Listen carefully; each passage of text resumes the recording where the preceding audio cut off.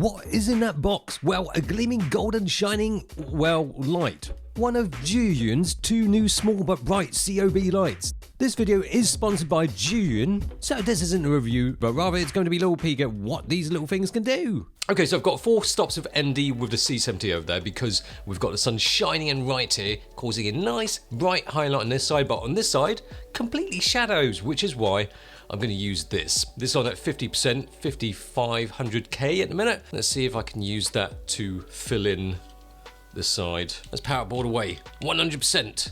This is the X100. So here we have the X100 as a rectangle kind of shape. Almost looks like a portable hard drive, albeit with a big fan and a light right there. In terms of knobs and twilly bits, not too much. You've got 2 knobs to fiddle about with and a button there to switch on. And you can see the fan there. They say it's a vintage kind of style. I think it looks a bit more futuristic. But there you go. What do I know about design anyway? I can say that it has a rather large fan, but I think that's pretty much stating the obvious, isn't it? The fan is whirring away, doing its business right there, and I'm shining light straight in my face, and I'm practically blind right now. But yeah, it's not too audible at the moment. Well, the important thing is it audible when you're recording a video, when the light is in position?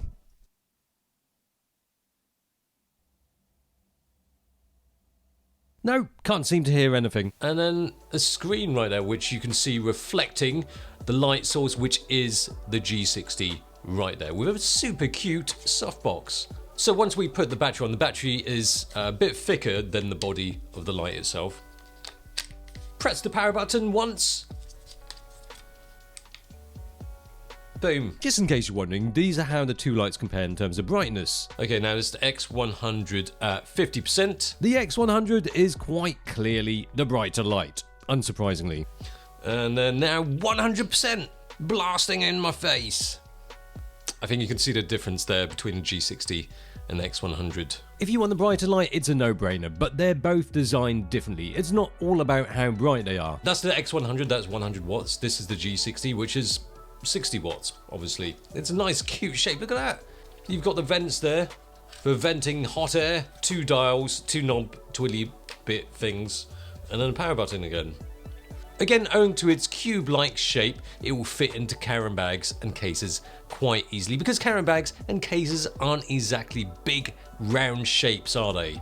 Then you can mount it on the tripod right here. That just swivels out. And then there's the weight. The X100 weighs noticeably more once you add the battery compared to the G60, and the lightweight of the G60 can be incredibly beneficial.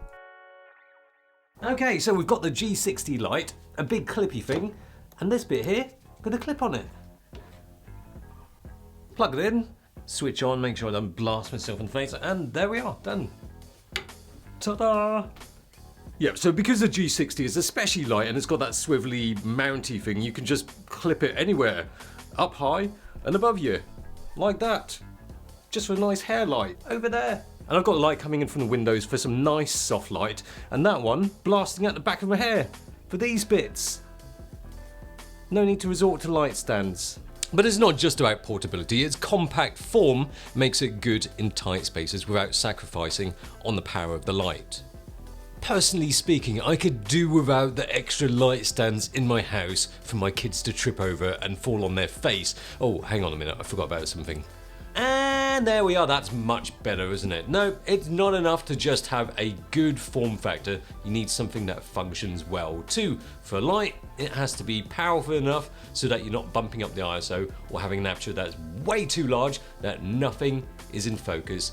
With things like slow motion video, you'll need a faster shutter speed, so you'll either need to have a large aperture or bump up the ISO. Even at 50%, the X100 makes a huge difference to ISO that you can use.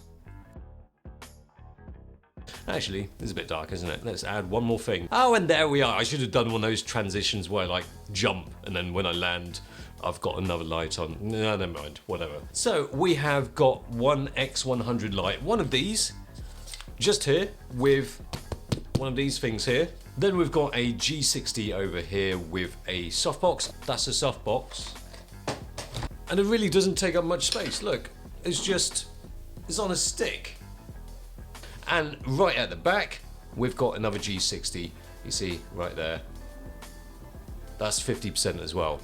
Now, although both have their own special mount, you can get a Bowens mount adapter. You know, just clicks into place and you've got this bit here to put on top of a light stand.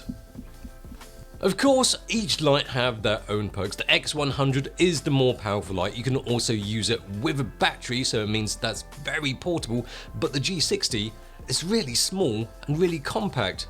But of course you need to power it with something using a cable. If you need teeny tiny lighting, these two lights are definitely worth a look at. Just don't literally stare directly at them for a long time. It might hurt your eyes. I can definitely feel it. I can feel it coming through my eyelids.